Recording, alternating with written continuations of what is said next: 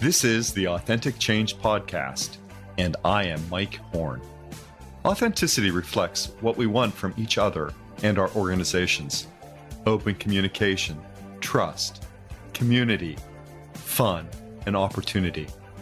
I want to help you to do your best in your personal and professional relationships. This podcast delivers expertise, insights, and approaches on authentic leadership. To live your purpose, to lead from your values, to establish connected relationships, to steward people and culture change, to build and sustain prosperity, and to open doors and possibilities. This podcast will assist you in paving the way forward to personal, team, and organizational prosperity. Welcome to the Authentic Change Podcast with Mike Horne, where we discuss and help people and to think about growing prosperity in every situation and bringing their best to every situation. I'm delighted today to have as our guest, Betsy Hostetler. It's just been a joy for me to prepare for today's meeting, in part because of the preparation that Betsy has demonstrated and shown to me for this podcast. And it just is an incredible honor and a delight to work with that preparation. So, Betsy, welcome. Thank you. I'm going to say just a few things about how I know Betsy. We met in the District of Columbia at American University. We were both in a graduate program in organization development. And I've learned in the preparation for this call that she had this entire career at American University, leading their learning and development, their training and development. Betsy, though, it went from that system. She worked in a large healthcare system, university-based healthcare system in Maryland. And today she continues to work at organization development, culture change, and constellation coaching, which I hope that we explore today. But her work is to help leaders create cultures where people talk openly about the things that matter most, about how to participate fully and collaborate to find better ways of business. In many ways, it sounds that work grows out of the humanistic beliefs, which are so central to people and culture development, at least in the ways that I like to think about them as, creating participation and democracy in systems where that is often antithetical to operation. But anyway, more about that. Betsy, can you say a few words about yourself to our audience before we dig into the topics of authenticity and integrity? Thank you, Mike. I consult the organizations on leader development and culture change. And my whole life has really been to understand, how do you help a person change? How do you help yourself change? How do you help another person change? And I am in awe of the complexity that leaders face every day. Not just in the outer world, we talk about the volatility and the uncertainty and how it's increasing, but also the complexity in the inner world. And we haven't shed a light on that as much, but I'm passionate about understanding that inner world of the leader more, not just their way of thinking, the vertical development, Keegan's work and Jennifer Garvey-Berger and others, but also what are the hidden dynamics at play. I've stumbled across a methodology that was kind of born in Europe. Bert Hellinger helped to bring it forward, systemic constellations. And it helps people to look at the hidden dynamics. And what we're learning more and more is that there are things that we are aware of as leaders and as people, and there are things that really have an influence over us and a pull on us that we really don't have in our awareness yet. Now, this is fascinating for me and our audience to explore coaching. Betsy, I don't know if you're aware that I studied with Bob Keegan and Lisa Leahy for about 2 years. I didn't know that. Initially with Bob in work at Roche, helping me with some leadership transformation efforts and some cultural transformation efforts. And then as a student of Bob and Lisa's in their Immunity to Change program for 18 months in Cambridge. So it's fantastic. interesting to, explore and unpack this and what this means for us. So, but what is this inner world you're talking about? Well, what we're finding is that when you look at, there are so many ways that we're aware that we could each improve, and we can get feedback from others about what they see in us, and then we work to improve, and that is even not so easy to really change a behavior. But sometimes there are things we bump into that just seem like intractable problems. They show up over and over. We get training, we get feedback, we get coaching, and there it is again. And we're somehow not able to make a shift. And there's like a pattern at play that is trying to play itself out through us. And what the systemic constellation method what Bob and Lisa would refer to as our immunity. Yes. Right, I would think. Yeah. Yes. And the competing commitments and their work. Yeah. And the competing commitments are something that you can kind of get a hold of if you're willing to stop and look and say, what do I say that I want to do? And what am I actually doing instead? What am I doing and not doing? Yeah. What am I not doing? What are the central columns? Yeah. I'd really like to become an athlete, but I really would prefer to watch TV, all the time or something. So what am I doing instead? But there's another level below what's available, the conscious mind actually, that it is starting to emerge is that we can get a hold of awareness of that too. And there are rules in our operating system that have a very powerful play on how we move forward in our lives, what patterns we repeat over and over. And it comes out of the realization that we all live and work in systems, of course, and systems have their own rules. At work, systems have their own rules, and in families, the system has its own rules. So in a system, every person has a right to belong. I like to think about it as everyone deserves to be loved. Everyone has a right to belong. Sure, yes. I love that. Yeah, I like that too. And at work, that's conditional on your doing the job and the job being needed, the role still being useful. In a family, the right to belong is more basic than that. And what happens is if someone is excluded 2-3 generations ago, maybe 1 generation ago, is somehow excluded and not acknowledged. They die young, they have a tough fate. The system cannot grieve it because it's too tough, and they cannot acknowledge it. What happens is that energy stays in the system, and the system is like a mobile. If you pull one thing out, everything just goes out of balance, and the system turns out it doesn't really care about you, and it doesn't care about me. It doesn't care how's Mike doing, how's Betsy doing. It cares about balance, and it will do anything to bring us back into balance. Homeostasis. It turns out is a couple of generations later, if somehow that trauma has not been acknowledged, somebody will pick up the symptoms of how that person died or was excluded, and will start to play those out, probably to a lesser degree, but will play those out in their life. That requires a leap of faith, right? What do you mean? That trauma will be played out somewhere in the system sometime. I have to believe that. I have to no. I have to accept it. No, you don't have to believe anything. I mean, this work is not about a philosophy or a belief set. It is purely phenomenological. It is purely you look and you see. And what you notice, if you're able to look in this kind of special way about the system and the hidden dynamics, what you will notice is that people play out patterns that are not finished earlier. It's kind of Bowen's work, family systems, Bowen's work begins to touch on it.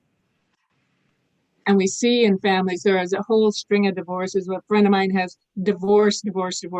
Nobody in my family divorced, but there are other things that show up in my family over and over as a pattern.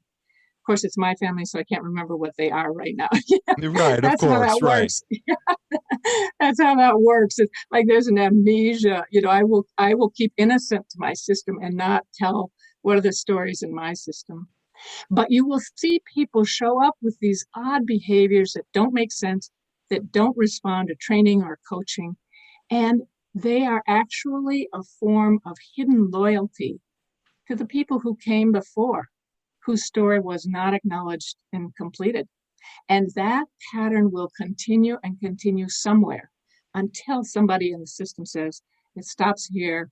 I will look at it. I will have the courage and the vulnerability to look. And then it can stay at rest. I just said a lot. I bet that's crazy. Sort of like the big assumption, maybe not quite that advanced or developed. I would say the big assumption, my observation is that this work runs even a level below the big assumption. Yeah. So things that you could sit all day, all year, your whole life trying to think about. And you're going to find it. Is that the constellation? And the constellation, yes. Constellations are unique and shared, I would imagine, are two principles or tenets of that way of thinking. Yes, wonderful. Yes, beautiful. So they are unique. Yeah, sure. And then as a coach, how do I enter into that system, or how are the boundaries of that system navigated or negotiated? Yeah, in a helping relationship. What I do and other constellators do, but we all can do on some level, is we set up elements of the system. So we think about what is the issue that brought you here. You set up the issue. You set up a figure. What's an example of an issue? An issue would be I had a leader who was just anxious in front of groups. And right. She had a job as a mid-level manager. She just did a beautiful job. Then she got promoted. Trouble with decision-making, trouble with transitions, trouble with any of the host of... Yeah, sure, okay. It could be anything. But in her case, it was anxiety standing in front of groups, and the new job required that she stand in front of groups. So we set up little figures to represent her, the fear, maybe the groups. And what we began to see, only you enter the system with permission and invitation. There's no other way in. But what we began to see in a safe, private place was that there was something missing. And we started to look back and we saw that her father's father had a sibling who died very young and was not acknowledged, because sometimes the death of a young child, often, maybe always, it's impossible for people to grieve because it's just too horrific. So they did not grieve, they did not acknowledge. What she was doing in herself was a kind of a hidden loyalty to this person who had disappeared from view in the system. And she said, you were not allowed to be seen by others because you died, you were killed. I will not allow myself to be seen, as a way of honoring the dynamics in this system. So of course it's crazy, it's not helpful, it doesn't make sense, but these hidden loyalties are like that. So we did a small piece, we looked at it, we said, well, we acknowledged you've been carrying this for this being, could you give it back? No, please. Once it's acknowledged, then a shift happens. The next day, she went to a big event. Of course, she called me the day before. She had so much fear about the big event. She went to the big event. She had no anxiety. She performed perfectly. And now, 2 years later, she has not experienced anxiety in front of group. So that we happened to find the place that really was linked with the symptom. I've seen that in executives' rooms where the smartest person in the room, who knows the most about the project, is in tears or a pool of sweat, or in some other anxiety-ridden condition. Yeah. Because, maybe fear drives it. Maybe it's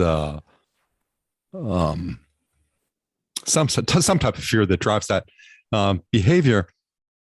And it's often difficult for people to get beyond that, given the impact of initial impressions on audiences who truly want to hear from this person because they also because they are the expert. Right. Just yeah, it's unfortunate. And in that example, you can see that there are many layers about what might be happening. I do think, they might just be afraid of groups. They haven't really learned how to speak in front of groups. They might have so much respect for your group that they're a little extra nervous. But also, what I see sometimes is that people take on the whole problem. If they've come to offer some solution, somehow they take on the whole problem. And if you're carrying the weight of the problem, that's a mess. I know that you're one of your mentors. You've had many, but that one of your mentors was Charlie Seashore. Sure. And that he was one of mine as well. Yes, yeah. He was one of mine. And he taught me that in organizations, people tend to operate out of the core technology. Sure. Mm-hmm. So that also is a systems way. I worked in a hospital system with many, many emergency room beds, almost more than anywhere else in the nation. So emergency was their core technology, and they know how to move. But they also did everything they did as though it was an emergency. So planning for the budget was like a big, no, it's coming again in April. It's predictable. No, everybody treated it like an emergency. So that's a way of taking the system into yourself and playing it out in front of others. There's so many ways that people and I was confused. Yeah. Yes. And I was thinking about that also in relationship to Charlie and Edie Seashore relative to feedback and their observation that, feedback often says more about the giver than it does about the receiver. So if you're adept at feedback, you'll ask questions. I think that sometimes all the question asking that coaches do and that we do in changing people and cultures or helping others to change people and cultures, to transform them, to evolve them, really lies at just uncovering new facts and new way to rearrange the facts to, find some way, some possibility to upset the homeostasis and to create a new order. What the constellation coaching seems to do and is that it requires almost an immediate sense of intuition to bring that into the field. Is that, I've been so often, working on solving problems that in a reductionist way. Yes. Well, and in fact, that's what we do at work. In organizations now, we learned how to be efficient, and we said, great, we're going to really pursue that thing. And we became more and more efficient. And honestly, as opposed to operating on the right frequency, which is something I'm liking to say these days. Oh, I like that. What is that? How do you tune into the right frequency?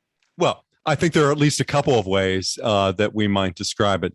First, we have to be in touch with ourselves, right? It's the self-awareness concept, I think, which is so fundamental to an avenue inside. You talk about the inner world, but certainly it's also the pathway to the outer world, right? Because identity projects a certain persistency. And it is how people come to know us. So where I'm enjoying where we're going in this discussion is owning that system in larger and larger ways, right? And often I also wonder where the idea, though, or maybe it doesn't intersect. And I'm just curious about your thoughts in this regard, because it does remind me of polarities and polarity thinking. And where does that come into play in constellation coaching? if it does at all? I don't know. It's such a great question. I'm sure it's in there somewhere. Because systems have, attracting forces and repelling forces, and or attracting and restraining forces, however you want to describe it, right? But yes. So that's always an interesting avenue for us to explore. What happens when? So I understand at the individual level how the individual is working towards some goal, some change, some possibility, turning it into a probability as the client with anxiety and delivering presentations. Yes. And then was successful. And of course, that extends out to the system in a new and different way. But what about, where does the system start? Right. What's the highest order of system, I'm working on, right? Well, I mean, you've got yourself as a system and all that complexity. You have your team as a leader and what's happening inside the boundary of this team. And then you move into the larger system, what's happening in this larger system. I know one situation where they had a leader who was fired rather unfairly. And, but he went away and they hired a new person. The new person came in and was sued by the team members within 6 months, a number of lawsuits against that person, who also was really a fine and okay person. But there was something in that system where there was an injustice that took place, and the system said, I am going to make this right. One way. This is, of course, one way of looking at it. I'm going to make this right. And so you can look, if you're willing to move out of the I gotta fix mode, knowing that I gotta fix is stuff that is on the surface and on the awareness. If you as a leader, as a leadership team are willing to slow down and look, you can begin to see dynamics that are happening, that are affecting at the team level, that are affecting at the whole system level. Right. And I guess what I'm still thinking about is, where do you start, though? You start with, does this start with a team? Does this start with an individual? Does it start with a pair? Or is that all, an element of process? Yes. Well, it's different in different places. In Europe, this is very well known. It was founded there and grown there, and people really know it well. In the Netherlands, every police officer has to have 2 individual constellations before they're allowed to carry a gun. And that is because they know that what happened on the father's side of the family, what happened on the mother's side of the family, can put that person in a position where they might use firearms inappropriately. And they want that, they respect that kind of healing, that deep systems look at what are the hidden dynamics, so they can be healed, not so they can be rejected, so they can be healed and move forward in a more clean way. Of course, here, we don't have that. Certainly many people have been trained in America, and Hellinger himself came over, a few others came over, they wanted to introduce it to America. But it's small here, really. In South America, it really took off like wildfire because the culture in South America is so much more family-based. And here we came to America, we said, like, we're going to be free, and we're going to head west and have our freedom. And we don't look at as much at that family unit as other countries do, in a way. But yeah.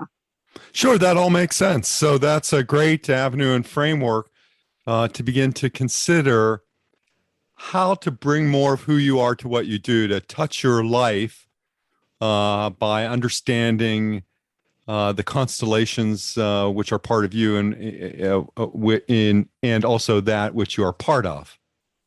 Let me answer your question. Let me take one more stab at answering your question. It often begins here with an individual who says, I want to learn more deeply about myself as a leader. And so it's in a kind of a one-to-one. It's the kind of person who would seek out coaching and perhaps even alternative kind of ways of, they're a little more open-minded. So you start with a one-to-one, and what you find is when the leader changes, things do shift in the team. The others work in some ways in the shadow of that leader. And so the work that one person does can make a difference. But as other leaders get together and begin to say, I'm willing to look at the systems level of what is happening. I'm willing to slow down and just reflect a little bit. Very different answers will begin to come up. So there's two paths. So what makes that? What are the elements that precede a willingness to approach this? It goes beyond a few things that happen, I think, in bringing more of who we are to what we do. It goes beyond having a sense of identity, knowing who you are. It goes beyond a sense of accountability, being responsible and accountable for who I am.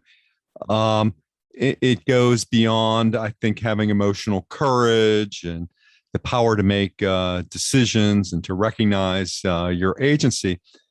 That I'm wondering, what are the conditions that create that kind of learner? I believe that when you begin to see what's emerging in this way of thinking and I believe that you begin to look at the world differently. You certainly look at yourself differently with more compassion, and you look at others differently. So, for instance, if I recognize with humility that I can work hard and be disciplined and do a great deal, but there is also greater complexity in my inner world than I actually have control over. So it is with humility that I could come toward this understanding even. And then once I get there, what happens is that I have to acknowledge that there's no room for blame. There's no room for me to blame myself. I'm doing the best that I can with what I know, which is limited. And there is no blame for another person because they're doing the best that they can with what they know. And none of us can know what forces and hidden dynamics they are grappling with, how ours bump into theirs. If we come with that sense of no blame, it actually allows us to move more deeply into ourselves. And then we have more courage to be vulnerable and to say, okay, let me take a look. What are those patterns? What are those patterns in me that honestly really, there was that bad boss there and there was a mean person. Well, what was in me that was the pattern that kept showing up? Yes. That requires a humility and a vulnerability. And also, the world is giving us more information that is helping us to expand. The study of epigenetics shows us that trauma really is inherited. It's not just the blue eyes and the dark skin. It's trauma. It's carried. So that is kind of allowing us very slowly to enlarge our view of what it means to be human. Mm-hmm. And I was thinking about a portion of what you said, that leaders I work with want to improve productivity on their team or in their organization. Yes. I coach them to practice forgiveness and grace because I think that's the way that you begin to engage people in improving productivity to bring more of who they are, because, so much of it comes out of just being an authentic jerk, right? When, here's what I expect if you, I say, practice forgiveness, practice grace. And in that way you extend trust, which I think in turn forms the connection for scaling authentic leadership in teams and organizations. I want to work with you. I think that's beautiful. Well, that's very kind of you. And this would be, mutual as well. I mean, I think there's so much to learn from the experiences you have in constellation coaching and across sectors and with people who are doing important and amazing things in the world. And that's where I'd like to, just extend this conversation. One of the things that I heard you say was that leaders have, your words, I think, were cast a shadow, I might think about it is they do have the capacity to be more dominant, in systems and influential, and therefore have a belief that they can change things. They can change and improve not only themselves, but systems. And the persistent question again for me is, how do we connect that to larger parts of that system, moving from the individual to the team to teams of teams, and particularly given that a lot of the things that I think we thought were important might not be as important anymore. Yes. Right. Right. As we sort of these last gasps of, the last 50 years of management rhetoric. Yeah, perfect. Yes. Well, you can do constellation work. It's systems work, and then you can take it to kind of deeper and deeper levels. But everyone, all of us, organization consultants and leaders, can do systems work by setting up different parts of the system and looking at what's happening from another point of view. So you can set up 3 chairs. I wonder how our customer feels. You can sit in their chair and say, gosh, how does this look to them that we are talking about the billing and the money all the time? Constellations, we can reach for the stars as well, right? Yes. Yeah. Why not? Why not, right? I mean, to fuel expansion and exploration and understanding these, the effects of the hidden dynamics. Yes. In every system. I mean, whether that's an individual system or an interpersonal system. And that, I'm so curious that so many of the Gestalt psychologists, yes. Argue that the forgotten unit in organizational studies or in organization development is the pair. And that, so few things happen. I mean, so many things happen in pairs, in teams and systems. And we often just sort of seem to go from, individual, coachee, client, however you want to think about, and team. And so much happens. That is almost inherent that you're going to be working in some sort of paired forming in constellation coaching, right? Yes. Yeah. And somebody a long time ago said, when 2 or more of you are gathered. Oh, yeah. So I have always advised the people on my team, if you're bringing a new idea into the team, take a buddy with you, because one person speaking, that idea can get shut down so quickly. But if literally another person at the table says, well, I'm curious, could you say a little bit more? It makes room. And it is, all of us have to make room for new ways of thinking to come in. It's not so easy. Our brain does have an immunity. It wants to push out. Maybe people and culture leaders or coaches to organizations could adopt a practice that says, if I'm a people and culture leader, I'm always going to give the coach 2 clients. They can be unrelated, but they're in the same system. Or the coach can always tell, the contact, well, I need 2 people in your system. Yes. Right. So that's just a way. I'm bringing a buddy too. Right. Two-person problem. Hey, and it's so important to me that next client, can come in at 50% of my rate, or right. It's complementary because it's such an important way to think about the power of connection in constellations. Well, and I think about Gestalt, and I think about pairs, and I think about the original pair. At the very beginning, there was the mother, there was the baby, and this pair, and how that relationship grew, and what the mother had available, and what the child was able to take, and what ways they were loyal to something else that kept them separate. All of this, the mother and the child in this relationship is the beginning of how am I going to relate to another person? Can I trust? Do I have to push you away because I'm afraid you might harm me?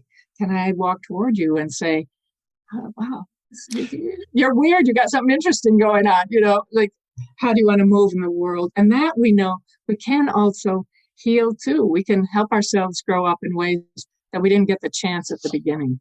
Yeah, it is, I think in many ways, another layer, a deeper layer of thinking and connecting, which contain the seeds for, the possibility of continued growth and development. Yes. Betsy, it's been such a great honor and delight and privilege for me to learn about constellation coaching and about all the great work that you're up to and that you've been doing and continue to do in the world. I'm wondering, just as we start to close, if there were some ways that people wanted to get in touch with you, how would they do that? My website is Hostetler Consulting, HOS as in Sam, TET as in Tom, LER consulting.com. And my email is hostetler.betsy, BETSY, @gmail.com. And I just want to say I was touched by the topic that you picked, Mike, and I was touched by your treatment of the topic in the book. And I think it's truly central in our lives and how we live them. So I'm grateful you did this. Thank you so much. I mean, I think it comes out of values that, are important to celebrating the human spirit, to fostering our presence, so that's all great. And Betsy, just wonderful again to be in touch with you on this topic, and such a great wealth of wisdom. Everyone, I encourage you to be in touch with Betsy at hostetlerconsulting.com. A great way and just a way to help us to think differently about the systems in which we consult, the systems to which we coach, and the systems of which we have the honor in participating. So again, everyone, until the next episode of Authentic Change with Mike Horne, stay well, be well, and we'll catch up soon on the next episode. Thank you. Thanks for listening, and I hope you'll subscribe today and tell a friend about our show. If you're looking for hands-on help to increase your success through authentic change, or have a question you'd like to hear me answer here, please email me at mike@mike-horne.com.